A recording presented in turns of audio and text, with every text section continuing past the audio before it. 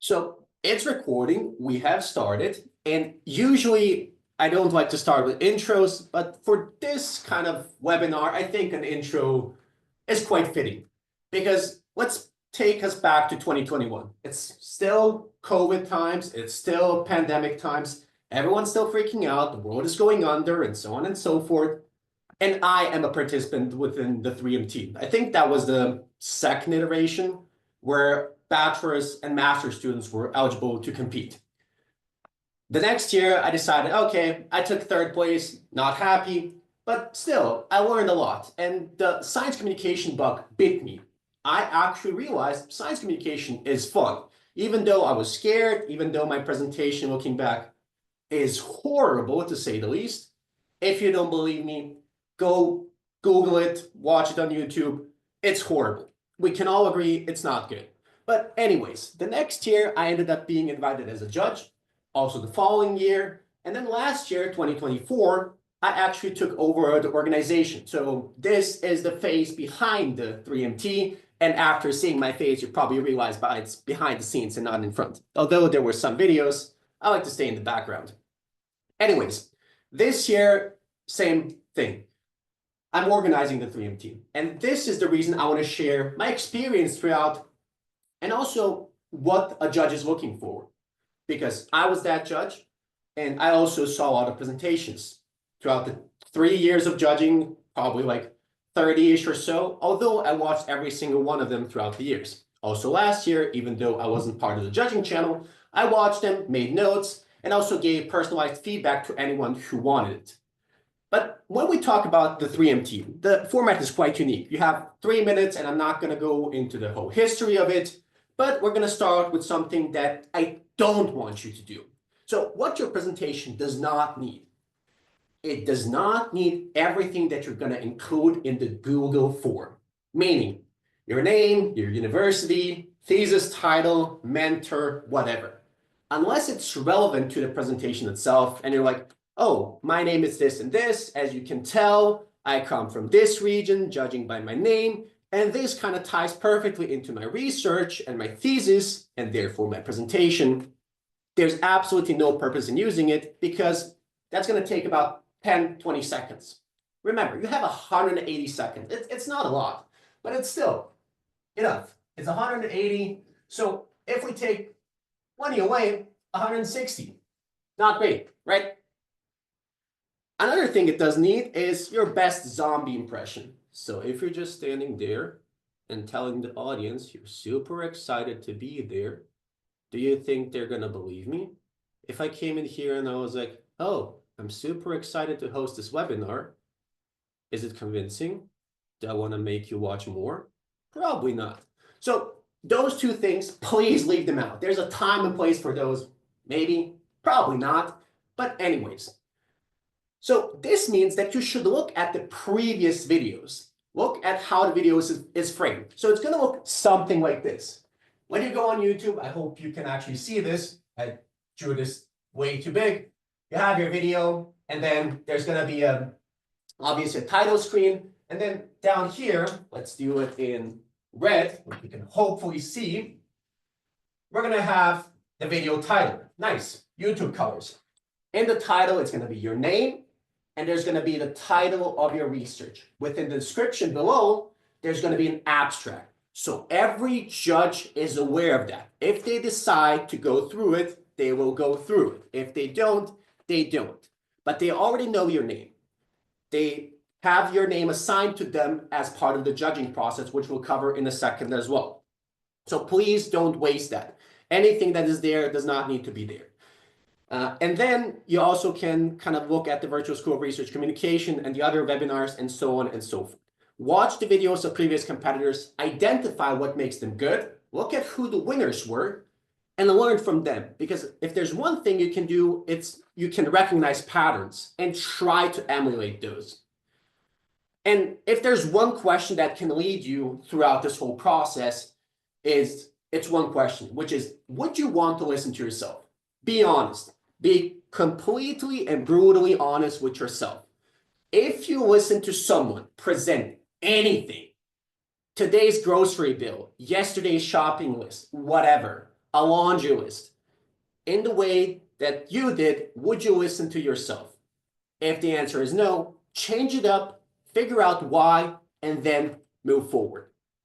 And as previously mentioned, I wanted to go through the judge's instructions.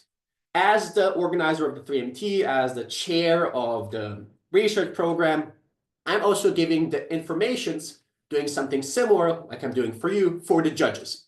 Every single judge is instructed this way from my side. First, they're instructed that it's first and foremost a science communication. So it's a science communication competition. It's not a science competition. It's not a communication. It's a science communication, meaning it doesn't necessarily matter how good your science is. It matters how you communicate it. And there's been plenty of times where the best, objectively best research, like highly published, high impact factors and whatnot, did not win the competition because they stood in front of a camera and they did, like I said, their best zombie impression. So this is what the judges are aware of. Secondly, target audience. It's layman. Every single judge should understand you, regardless of their field. If you're from a what am I even talking about? From a medical field, and you get assigned to someone who's into economics, they should understand you. And this is also communicated to the judges. They're not assigned to their profession. They're randomly assigned. So everyone's judging everyone, and therefore, everyone should understand everyone. I also instruct them to do something along the lines of watching the video twice, because there's two sets of criteria, which we'll come to in a second. First time around, they should judge the content, and second, they should judge how well you're as a speaker. Is your oration clear? Are you doing good things? And so on and so forth. Lastly, they're instructed on conflict of interest and bias. Conflict of interest meaning, oh, I supervise the person, so I obviously can't be their judge because, well, conflict of interest. And then biases like, there's going to be a wow factor associated to medical research. That's why the impact factors of medical journals are exponentially higher than anything within the field of, let's say, electronics. There's a wow factor associated with the title of, hey, we cured cancer, or cancer research in general. And I know that's an overused example, but still, it's true. And I also gave them some good judging practices, similar to those of you who were, say, in a lab and had good laboratory practices. How they can prevent bias and how they can kind of make sure that everyone they're assigned to is judged fairly and similarly. Going back to why they should watch the video twice, there's two sets of criteria if you look at the website. And once again, please do study them. The first part is comprehension and content. There's 5 questions they should answer, and therefore there's 25 points in total for that, and 25 points in total for the other. But here, let's put, so we have content.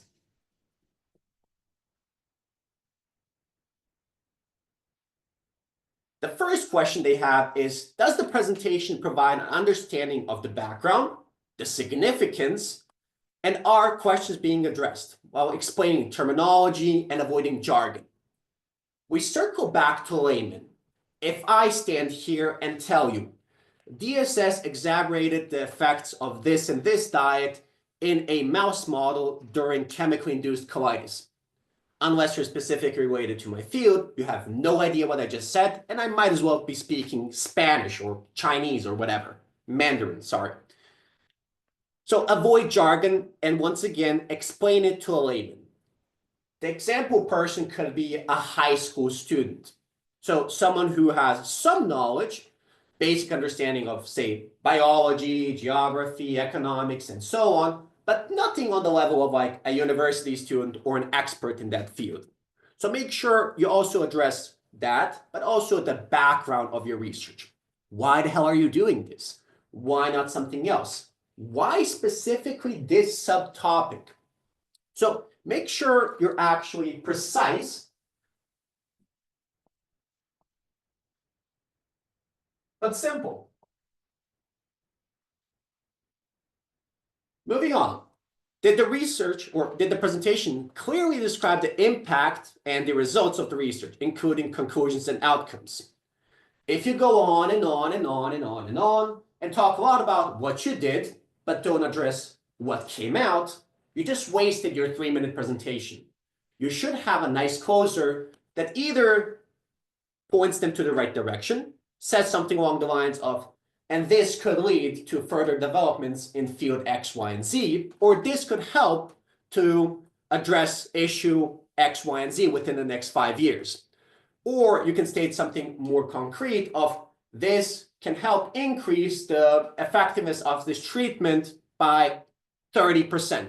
So give them something they can kind of feel or they can imagine. So it's going to be something they can imagine in a sense of what does this actually bring. Then we move to the third. Did the presentation follow a clear and logical sequence? Now, clear and logical, for the love of everything, does not mean, hello, my name is blah, blah, blah. This is the title, this is the mentor, this is the current state, this is the methods, this is on and on and on. And then this is the conclusion. It does not have to be like a typical paper where you present point A, point B, point C. Logical does not mean you follow a sequence that is given by a journal or whatever. It just has to make sense. So it has to make sense for the actual listener. What does make sense? It makes sense when you go on and say, oh, we actually discovered that this could mean something. And then you have a nice hook, you reel them in, and you get them interested. Once again, if we use numbers, it becomes even clearer. If I use my research as an example, I would say something along the lines, the keto diet not only helped epilepsy, but it could actually also help with ulcerative colitis or the inflammation of the colon. And now, right there, I pretty much presented my results, my conclusion, and then I move from there. How did we come to this? We used mice that already had colitis, and we fed them different diets, among others, the keto diet. And then we go from there. So it has to be a logical sequence. Imagine you're taking your audience on a trip. Now, if you just run forward and run past them and they have to chase you, they're not going to understand anything and they're going to be like, oh, this person is trying to ditch us in the woods. But if you take them on a path of trying to lead them down a path of, oh, we're going to step out here. Look, there's this nice whatever mountain we can take a look at. Then we go 2 steps further, maybe 500 meters. Then there's this next attraction and so on and so forth. So think of it as a path that you lead them down. It should feel like a path they already know. Make your audience feel smart. If you can make them anticipate or correctly anticipate the next point, you just hooked your audience and made a great presentation.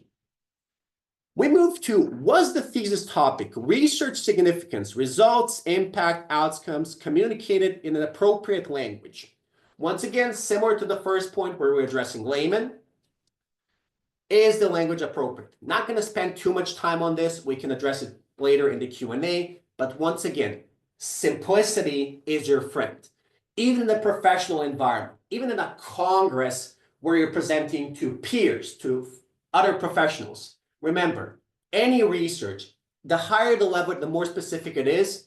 Not even full-time professors are usually going to be understanding like undergrads because it's so specific. So make sure it's understandable. You can always add to it later on, and you can always give the audience more, but you can never reel back the audience. So once again, keep it simple. Simple language, let's just do that. And then lastly, when it comes to content, did the presentation spend adequate time on each part or each element? Did they elaborate for too long on one aspect, or did the presentation feel rushed? You have 180 seconds. We go back here. You don't have to split it up perfectly like through whatever. An intro, results, discussion, and conclusion. So through 4, what's it going to be? It's going to be something along the lines of not quite 60, but 55-ish. You can allocate a bit more time to the results and a bit less time to the conclusion. Your conclusion can literally be 1 sentence. It can conclude with what you found and what the next could be. But make sure it does not feel rushed. Don't spend way too much time on one aspect where you're like talking about the methodology that no one understands anyways. And then you kind of rush everything because we realize, oh, I have 20 seconds left. And once again, please don't spend these 20 seconds to introduce yourself, tell me your name, or tell the audience your name, your title, and whatever, everything they already knew. So make sure you have good timing. Let's keep it very simple. And I realized I wrote this way too big, but hey, we're gonna figure it out. And then we go to engagement and how you actually communicate. So let's put that here. Can we see that? I think we can. I call that connect. So we have content and we have connect. This is the part where you can lose 25 points. Not win, but lose. Usually, most students and most 3MT competitors cover this aspect okay-ish. That the logical sequence can be a bit tricky, but usually everything else is okay. This right here, I don't think going through the scores mentally through the last year, I don't think anyone scored very highly on this, unless they were like in the top 2 or 3. There was one standout presentation, I have to admit, which was also my favorite, but please pay attention to this now, because this is actually important. This is what makes the presentation. Did the oration make the audience to want to know more? Let's go back to something I just did, and I'll give you an example. The best example I can give is an Instagram channel or Instagram page, whatever, that I found recently. And it has point of view speeches. And it becomes even more evident when you take motivational speeches, because motivational speakers are, well, motivated. And let me write that down as a keyword. So you should be motivated. And then I'm going to give you the example.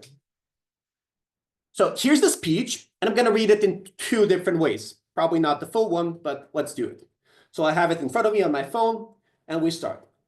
I'm just going to let it scroll through because it's scrolling past me. It looks something like this. Not sure if you can actually see that, but let's go. Truth is, no one's going to save you. No one is going to do it for you. No one is handing out success. No one is giving away greatness. It's on you to show up, to put in the work, to keep pushing when no one is watching. Excuses won't build your future. Doubt won't get you any closer. Do I sound motivated? Am I going to motivate you? Probably not. Let's put myself in the shoes of a motivational speaker and try to be even more expressive than I am right now. And then you can see the difference. The truth is, no one is going to do it for you. No one is handing out success. No one is giving away greatness. It's on you to show up, put in the work, keep pushing when no one is watching. Excuses won't build your future. Doubt won't get you any closer. You have everything you need, but only if you use it. Now let's just compare those 2. Did I want to make you want to listen to me more in the second one? Hopefully I did. So make sure you employ that during the pre-NT presentation as well. We move on to, was the presenter careful not to trivialize or generalize their research? So we go, be specific. If you did something with AI, don't just say AI. Say the specific model, say the specific application. If you did an experiment within the medical field and you did it within mice or rats, make sure you specify as mice or rats. And then also don't generalize. It's not going to be, oh, this could imply that we're going to save the world. Probably not, unless you're doing something very spectacular, Nobel Prize worthy. So once again, be specific.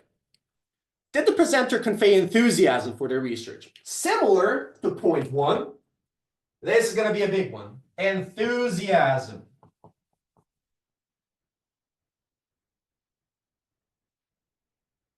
If you can't convince the audience that you're excited, that you're human, you're not going to connect. And we're all human. I certainly hope so. AI listening? Maybe.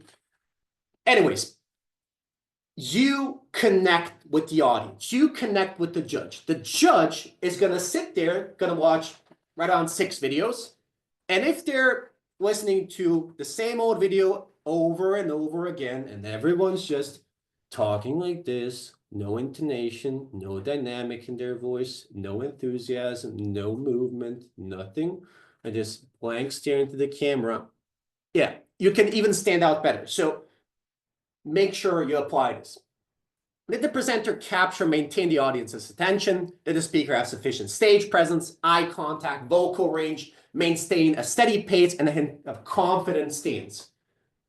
This whole thing that I'm doing right now, the reason why I'm not sharing my screen is to showcase how it can and hopefully should look when you present. I'm passionate about this, and I think it comes over. I may be a bit hectic right now because I had like 1,000 milligrams of caffeine today, but that's beside the point. I think I can have the stage presence, and one thing that also helps you is literally taking a step back. So I'm going to write step back here for the simple reason that if I stand here in front of you, you can just see my head. There's nothing I can do to make you showcase that I'm actually engaged unless I do something like this, which is kind of weird. Yes, I can use my face, but if I step back, first, I'm framing myself a lot better, and secondly, I can show enthusiasm a lot better. And I also realize this is going to be a lot longer than expected, but hey, it is what it is. And lastly, did the visual aids, so the slide you're allowed to use, enhance the presentation? Was it clear, legible, and concise? This is quite tricky because most, if not all, visual aids throughout the years, including mine, are bad. They take away. If you look at the 3MT at a world stage, like there's the 3MT at Queensland, the OG, then there's also like a world final.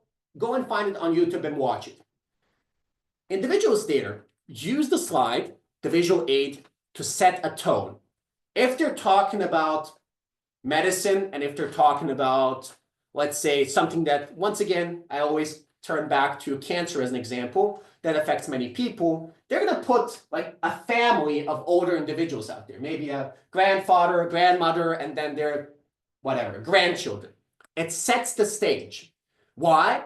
Because they're going to be addressing something that's maybe impacting a grandparent of yours. Maybe they already have been terminally impacted, sadly, by it. So it sets the stage and the mood.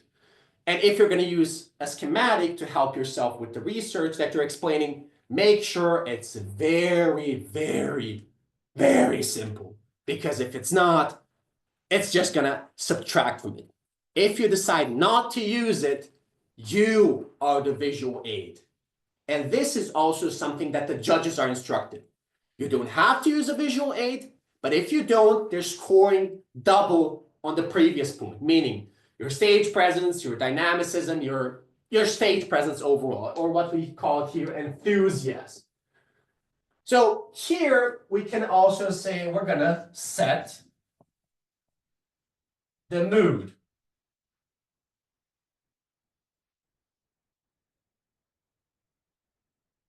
And then we go through a couple of different things that I'm only going to briefly address. And I think I'm going to put them probably right here. Let's just frame them so it's a bit easier for you to see. Hopefully all of this is legible. Setup. So that's going to be the first one. This is going to be a quick fire round. Setup.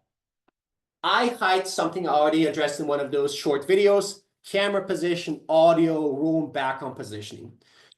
Camera at eye height, so it doesn't feel like you're kind of talking to a giraffe up there and like just peeking your head, or a kind of condescendingly lecturing a child that you hate down here. No, eye level feels more natural.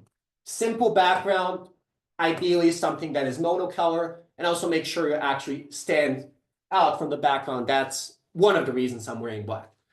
Positioning is also something, if I stand back, like I already said, I can be a bit more dynamic. I can walk, I can talk, I can walk with purpose, address a point right here. And then when I want to make a transition, I'm going to step to the side and make it a bit more dynamic once again.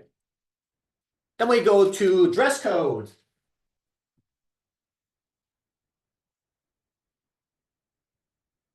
With dress code, be understated, be contrasting, and be comfortable.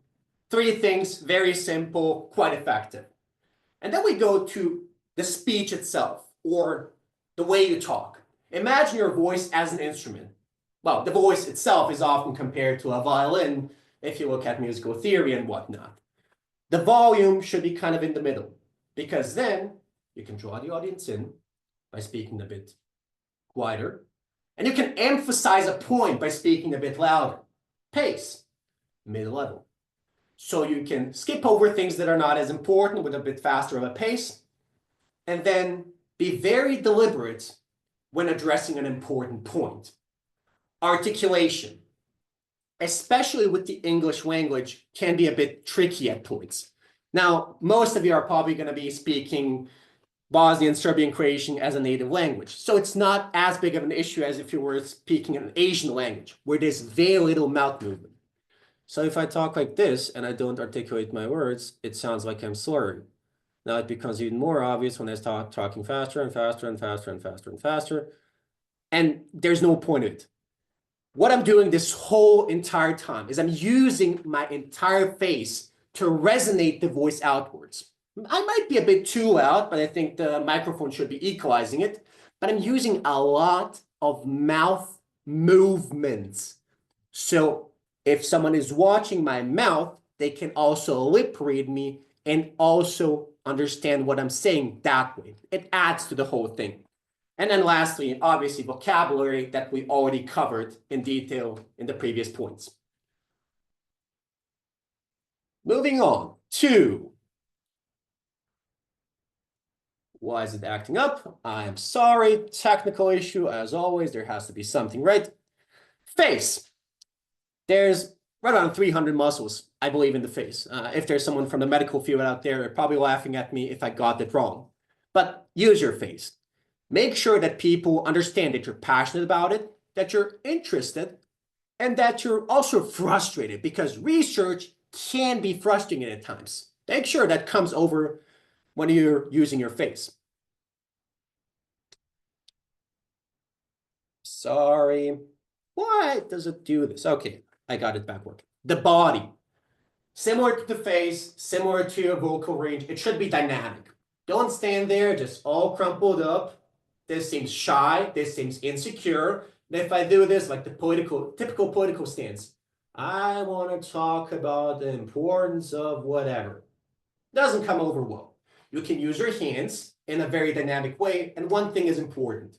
Open hand gestures are usually the way to go. So if you're talking about something right here, you're going to do like this instead of like this. This seems aggressive and not even intentional, but just like you're going to threaten someone. I'm going to beat you up. Open the hands, open gestures. Use your body.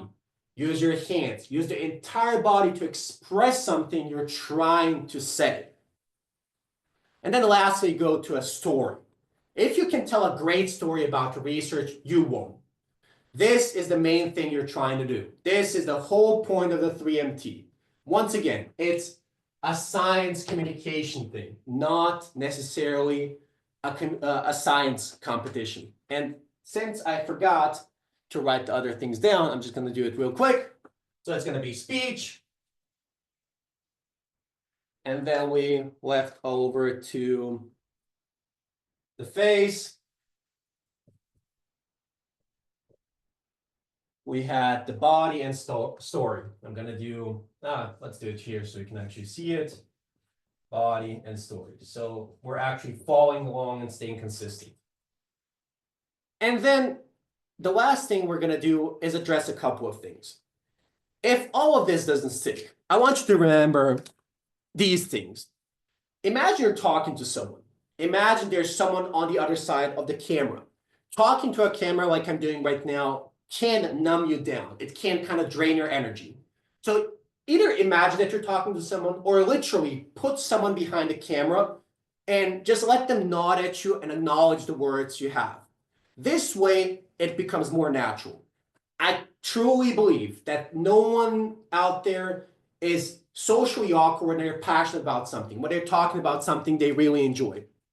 So if you're talking, if you're like imagining or reimagining the best day you ever had, chances are there's going to be a lot of emotion involved, and you showcase it, and then you're great at what you do. So emulating in-person presentations on video, online, is also a great thing to do. Right now, I'm literally dressed up. Well, I can't put the camera down because I'm going to throw everything over, but I'm actually wearing pants. Haha, you thought I didn't. I'm actually also wearing shoes, which are training shoes, which are clean because I'm not going to, well, ruin the apartment. And I actually forgot to wear my watch. I just realized I wanted to put that on because that kind of completes the impression for me that I'm in person and I'm trying to make every virtual interaction I have with people as close to an in-person one as possible. That is not something I did myself or something I came up with in a stroke of genius. That is something people much smarter and much better than I do in the form of communicating and these communication tricks. And then you can also remember Richard Feynman, probably one of the most influential researchers or scientists of the 20th or 21st century. Not good with history. I know when he was born, but I can't figure out centuries for the love of me. Look him up. He is the one who always proposed that you should talk to someone like they're a 5-year-old, and that if you can't explain it to a 5-year-old, you don't understand the topic. And he's a proponent of asking why. I am as well. My saying is always ask why and try. Quite rhyming, quite catchy. I know, I'm a genius. No, I'm not. But asking why does a couple of things. First, it showcases what you don't understand. And if you don't understand it, your audience is not going to understand it either.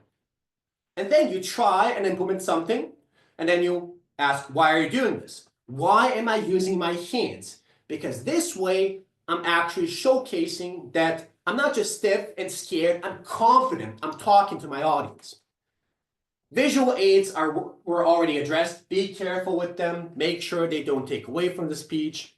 And the last thing, remember the motivational speech that I read in a very monotone voice before actually reading it like a motivational speech? This is the best trick you can do. This is, I think, the only sensible or one of the very few sensible uses of AI that I found for myself. Give your favorite language model the instruction of giving you a speech. Take a transcription or teleprompter application on your phone, put it in front of you, and record yourself.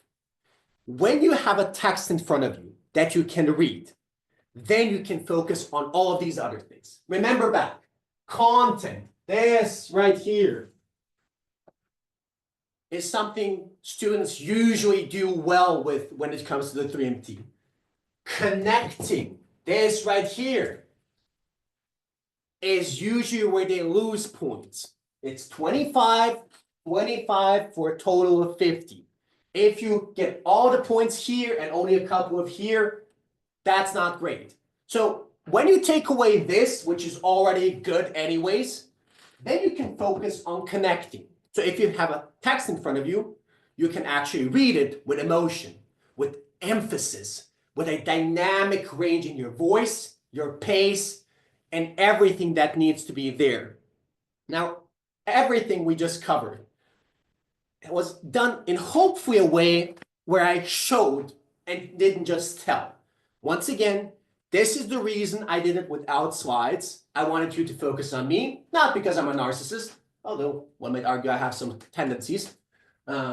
Anyways, getting back to the point. So you can actually look at what I'm doing. I'm showcasing things. I'm being dynamic. I'm addressing the audience in a very specific way. And all of this because I'm truly passionate about this. And once again, if there's one lesson that you should take away from all of this, be passionate, or you are already passionate, I should say. Make sure the people on the other side can feel that passion as well. And with that, let's go to any questions you might have, literally anything, so we can address that, clear up those. You can also do it in, well, Bosnian, Serbian, Croatian, whatever. If it's easier for you, I just present once again in English because at this point, I'm not used to presenting in my native language. So yeah, thanks. Hope you enjoyed it. And if you have anything to ask, please do.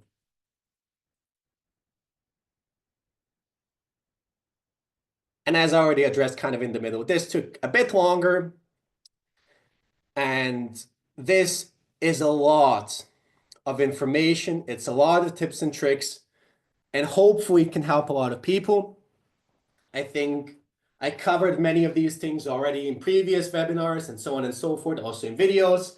And I just wanted to do like a cumulative approach to all of this, summarize it in one place, so it ended up being a bit longer. But I do appreciate you watching and listening. And once again, any questions you might have.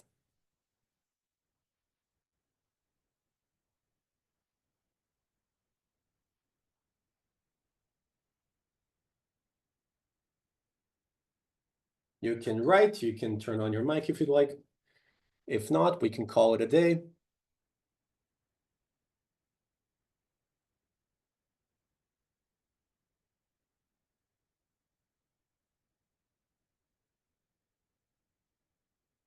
Gonna give you like 1 more minute to write anything if you'd like. Thank you guys for sharing this with us. Have to go now. All right. Enjoy the rest of your day. Enjoy the rest of your Thursday. And with that, thanks everyone. If you're watching this later on, also feel free to leave comments. Feel free to reach out with the 3MT email. It's 3MT at Bosnia, or let me just look at what the actual email is. I use it every day, and I still can't remember what the actual address is. So it's 3MT at bhfuturesfoundation.org. You can also find it on the website. Write us if you have any further questions. But other than that, thanks. And hopefully this is useful. I wish you the best of luck during your 3MT, and that'll be it.